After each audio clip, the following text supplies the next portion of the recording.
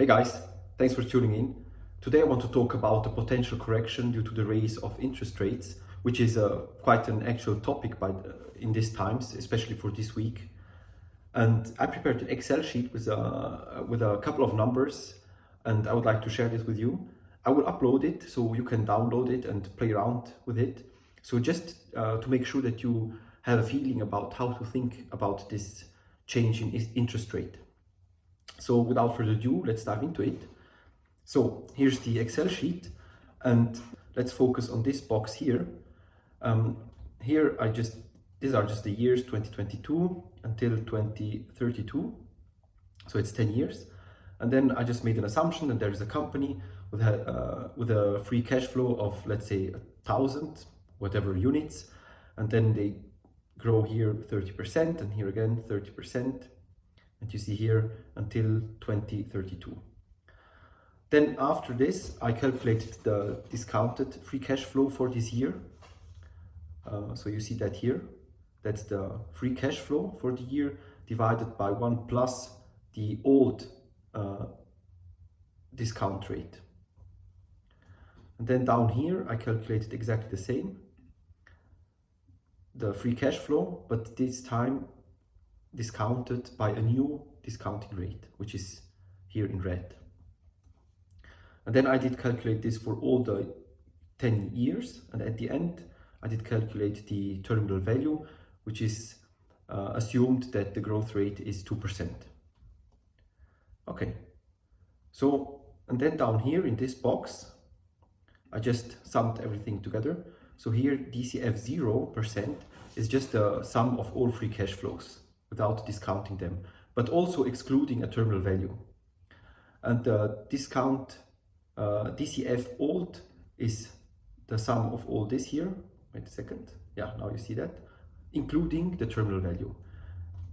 Discount new DCF new is exactly the same as DCF old, all the years plus terminal value. And then the correction here, down here, it's just divided the new value divided by the old value.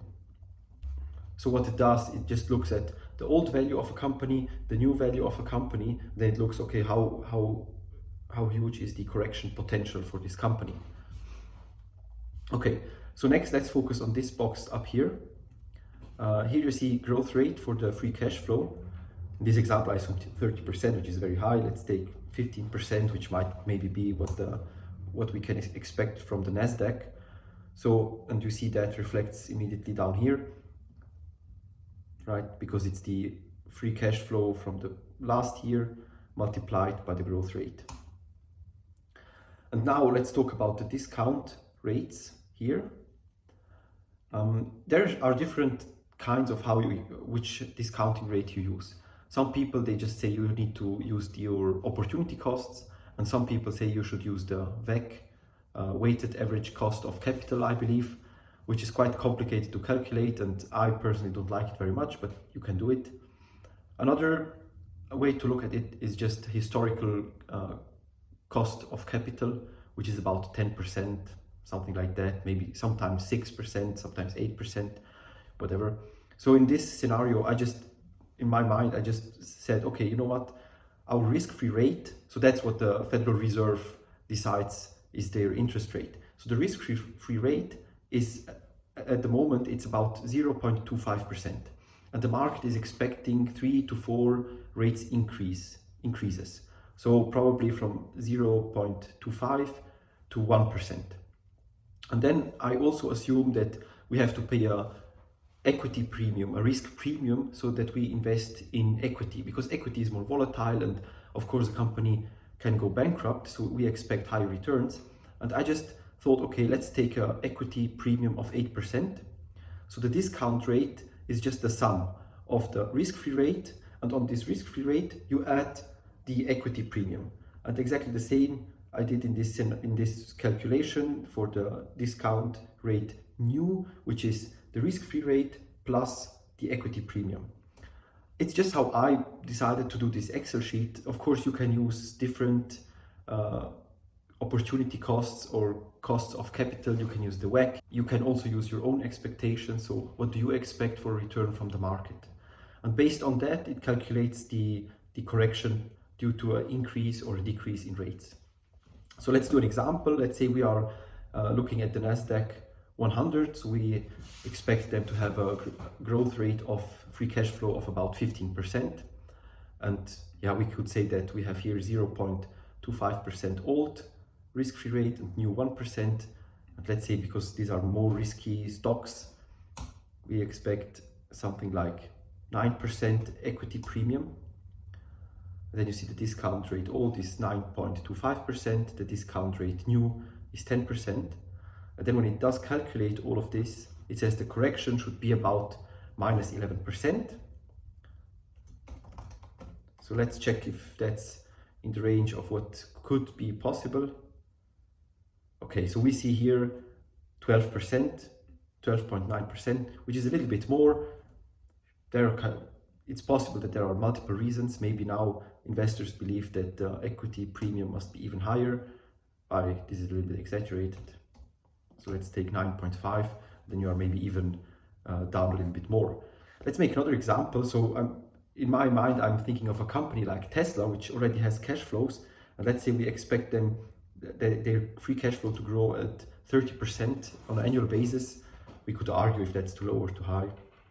And we could say that our expected, the equity premium is about 9%.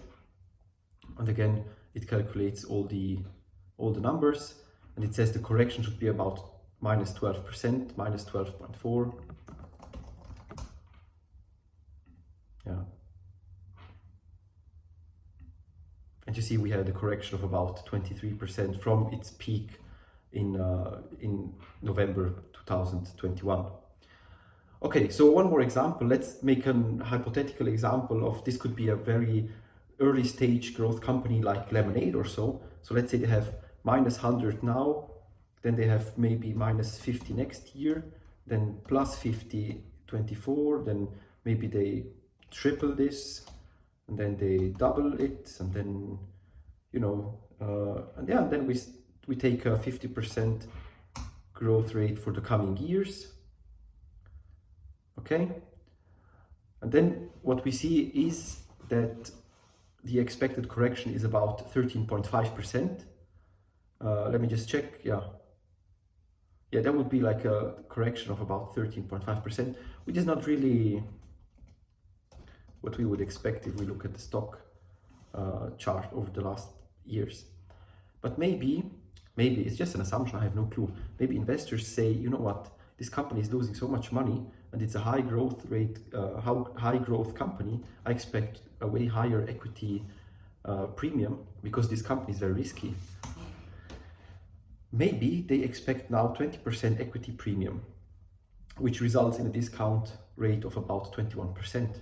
And if you look then at the correction potential, it's about minus 80%.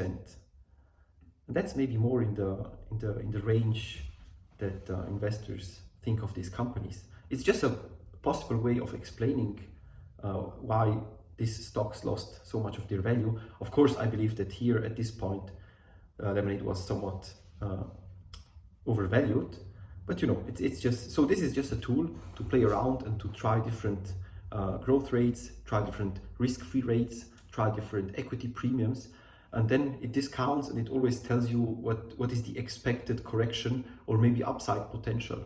Like in this scenario, you could do exactly the same, where the Fed decreases their risk-free rate, and then you would basically, what you would see is that the correction is like it goes up, so it's a upward potential upwards.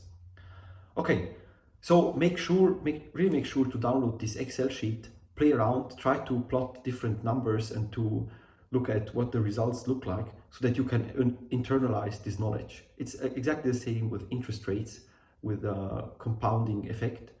We talk a lot about it, you know, 5%, but like, what does it really mean, this 5% over 40 years, over 60 years? And we have to make some calculations to really understand the power of compounding. And exactly the same, I believe we should take some time, play around with the numbers, so we have a feeling about what the impact is of raising interest rates. Anyway, I hope you enjoyed it. Make sure to subscribe and see you next time. Bye.